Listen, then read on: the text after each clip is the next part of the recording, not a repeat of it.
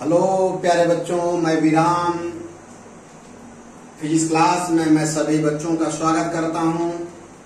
प्यारे बच्चों, projectile motion जो चैप्टर था यह एक प्रकार का इंट्रोडक्शन, एक प्रकार आप उसका मौलिक कंसेप्ट सीख लिए हैं। आज बेटा प्रोजेक्टाइल मोशन प्रक्षेपगत पर आधारित न्यूमेरिकल प्रॉब्लम पर चर्चा होगी। इस पर लेक्चर 1 होगा। लेक्चर 1 प्रक्षेपगत पर आधारित आंकिक प्रश्न जो आप तक पहुंचेगा। इसी आधार पर आप YouTube चैनल को खोलोगे और देखोगे। प्यारे बच्चों, फिजिक्स की आत्मा जो है न्यूमेरिकल में बसती है। न्यूमेरिकल फिजिक्स की आत्मा है। प्यारे बच्चों, अगर फिजिक्स में न्यूमेरिकल आप नहीं समझे तो इसका मतलब फिजिक्स का कंसेप्ट क्लियर नहीं है। प्यारे बच्चों, फिजिक्स में न्यूमेरिकल हल करने का जो मौलिक कंसेप्ट है, जो मैं बता रहा हूं, अंगूठा छाप नियम है। सबसे पहले आप उसकी थियरी, चैप्टर की थियरी, कंसेप्ट क्लियर रहना चाहिए, तब जाकर आप सोच सकते हो, न्यूमेरिकल लगा सकते हो। दूसरी बात, कुछ लड़के जो हमारे बायोलॉजी के छात्र हैं या मैथ के छात्र हैं, जो भी फिजिक्स स्टार्ट कर रहे हैं, क्लास 11 का दूसरा तीसरा मंथ है, जिसको प्रॉब्लम हो रही है कि वो फार्मूला खोजते हैं। फार्मूला खोजना अलग बात हो गई, कंसेप्ट समझना अलग बात हो गई। दोनों का जो कम्बो होगा तो न्यूमेरिकल अपने आप समझ में आ जाएगा। और यह न्यूमेरिकल ऐसे नहीं आएगा। आइए हम आपको समझाते हैं एक न्यूमेरिकल के द्वारा। एक क्वेश्चन है, एक तीर हवा में छोड़ा जाता है, उसका उड़ान का समय 5 सेकंड तथा परास 200 मीटर। तीर नंबर 1 हमको ज्ञात करना आप लोगों।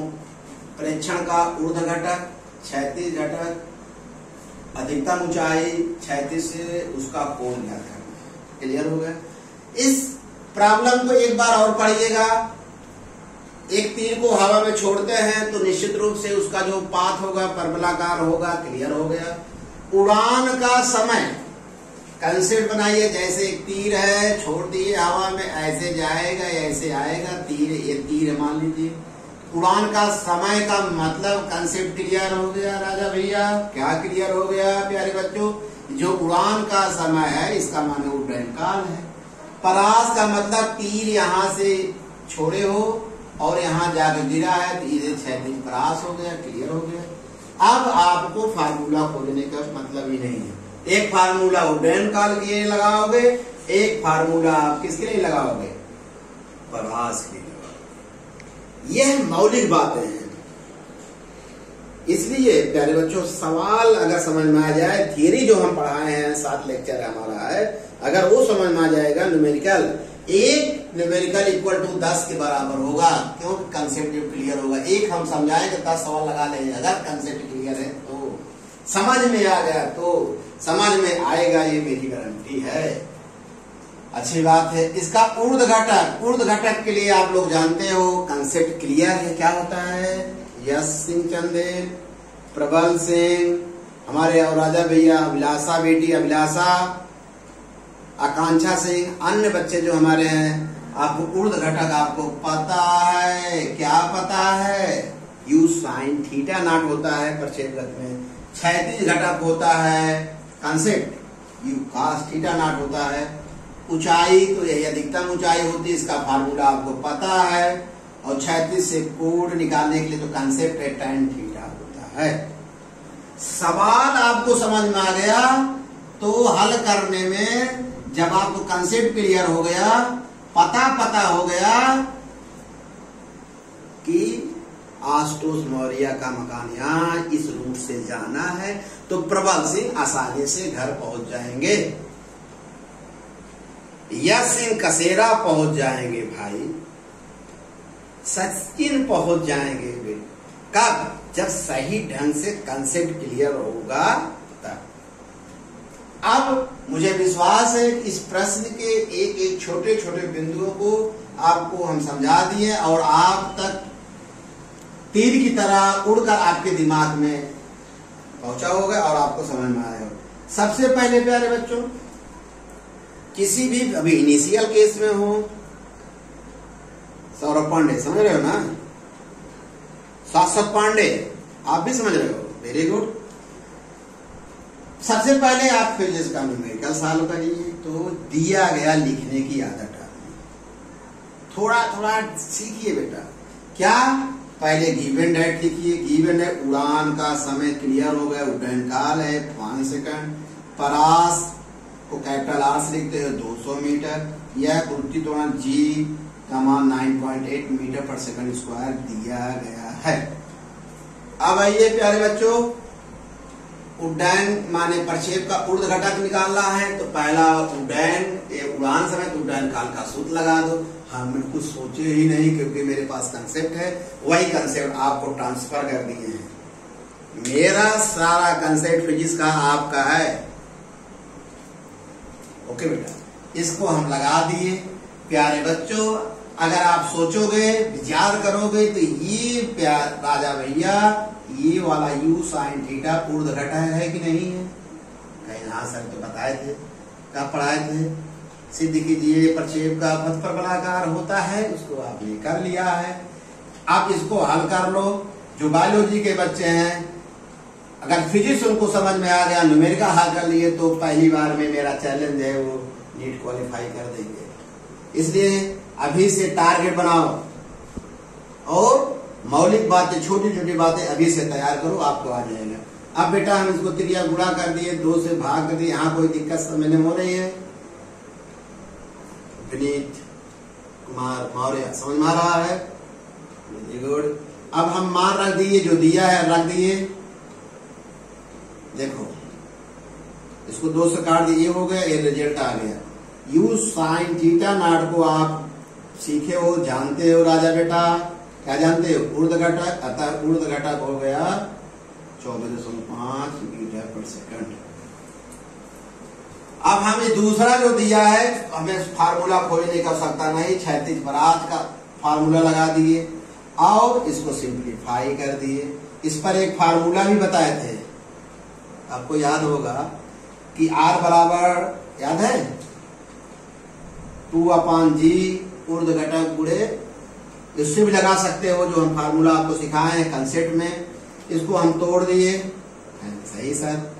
अब फिर हम इसको जो u स्क्वायर 2 पार्टों में कर दिए, या u sin theta naught, u cos theta naught, 2 बाहर कर दिए, u गुणे u स्क्वायर, समझ रहे हो बेटा, वेरी गुड, अपान g कर दिए। आप जानते हो प्यारे बच्चों, ये क्या है? u sin थीटा नॉट ऊर्ध्व घटक है, जिसका मान निकाल चुके हो।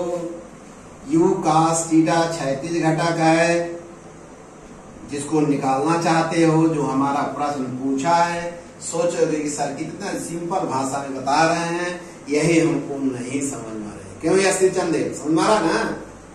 ओके, आइए, u cos थीटा ना, u cos क्षैतिज घटक है, त्रिया गुणा इसका इसमें कर दो, 2 से भाग दे दो, u sin थीटा का भाग हो जाएगा, सिंपल मैथमेटिक्स है। अमन कुमार सोनकर बेटा समझ में आ रहा ना?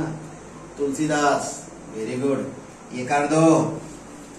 अब ये मान हम रख दिए हैं, सिंपल सी गणित किए हैं, आपके लिए किए हैं।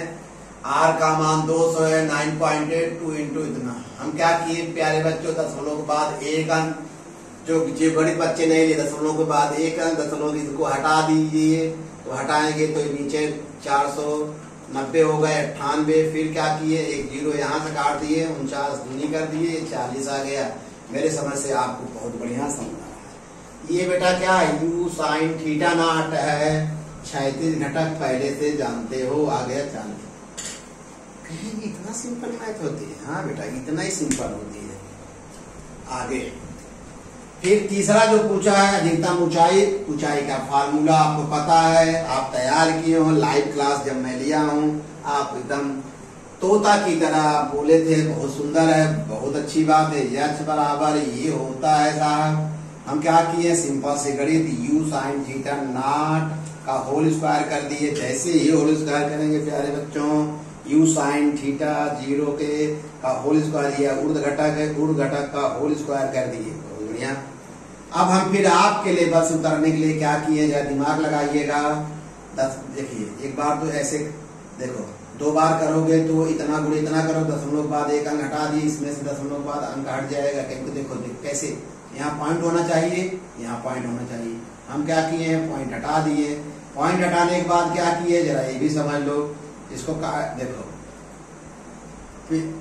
चलिए पॉइंट हटाने के बाद क्या किए, देखो यहाँ दशमलव लगा दो, यहाँ दशमलव लगा दो। इसमें क्या किए, दशमलव हटाए तो इतना बटे 10, भाई 10 का भाग दशमलव हट गया। इसमें क्या किए हैं बेटा, जरा देखो, दशमलव के बाद 1 अंक है, दशमलव के बाद 1 हटा दिए।